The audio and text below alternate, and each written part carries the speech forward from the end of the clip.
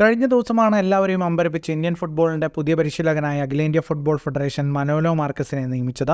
FC ഗോവയുടെ മുഖ്യ പരിശീലകനായ മനോലോയെ 3 വർഷത്തേക്കാണ് ഇന്ത്യൻ കോച്ചായി പ്രഖ്യാപിച്ചത്. വരുന്ന സീസണിൽ ഗോവയുടെ പരിശീലക സ്ഥാനത്ത് തുടർന്നാണ് മനോലോ ഇന്ത്യൻ ടീമിനെ പരിശീലിപ്പിക്കുക.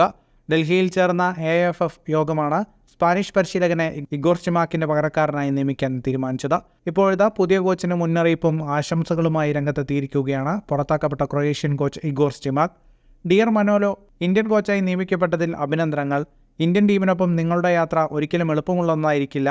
ഇന്ത്യൻ താരങ്ങളുമായുള്ള പരിചയം ബ്ലൂ ടൈഗേഴ്സിനെ അടുത്ത തലത്തിലേക്ക് എത്തിക്കാൻ താങ്കളെ സഹായിക്കട്ടെ. എല്ലാ ഭാവുകങ്ങളും നേരുന്നു എന്നായിരുന്നു സമൂഹമാധ്യമത്തിൽ ഇഗോർ സ്റ്റിമാക്കിന്റെ സന്ദേശം. Mohun Bagan coach Antonio Lopez Habas, Mohun Bagan മുൻ കോച്ച് സഞ്ജോയ് സെൻ എന്നിവരെ മറികടന്നാണ് മനോലോ മാർക്കസ് ഇന്ത്യൻ കോച്ചായി നിയമിതനായത്. കടുത്ത സാമ്പത്തിക പ്രതിസന്ധി നേരിടുന്നതിനാലാണ് AIFF ഗോവയുടെ പരിശീലകനായ മനോലോ മാർക്കസിനെ നിയമിച്ചത്. ഹൈദരാബാദ് FCയുടെ പരിശീലകനായാണ് മനോലോ മാർക്കസ് ഇന്ത്യൻ ഫുട്ബോളിലെത്തിയത്. ആദ്യ വർഷം തന്നെ മനോലോ ഹൈദരാബാദിനെ ISL ഷീൽഡ് ചാമ്പ്യന്മാരാക്കി. ഇതിനുശേഷം 3 വർഷ കരാറിലാണ് സ്പാനിഷ് കോച്ച് FC ഗോവയിലെത്തിയത്.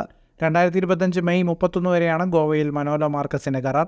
ഇന്ത്യൻ സാഹചര്യങ്ങൾ നന്നായി അറിയാവുന്നതിനാലാണ് മനോലോ മാർക്കസിനെ മുഖ്യ പരിശീലകനായി നിയമിച്ചതെന്നും AIFF പ്രസിഡന്റ് കല്യാൺ ചൗബെ വ്യക്തമാക്കിയിരുന്നു. ഫുട്ബോൾ ലോകത്തെ കൂടുതൽ വാർത്തകൾക്കായി ഈ ചാനൽ ഇപ്പോൾ തന്നെ സബ്സ്ക്രൈബ് ചെയ്യൂ.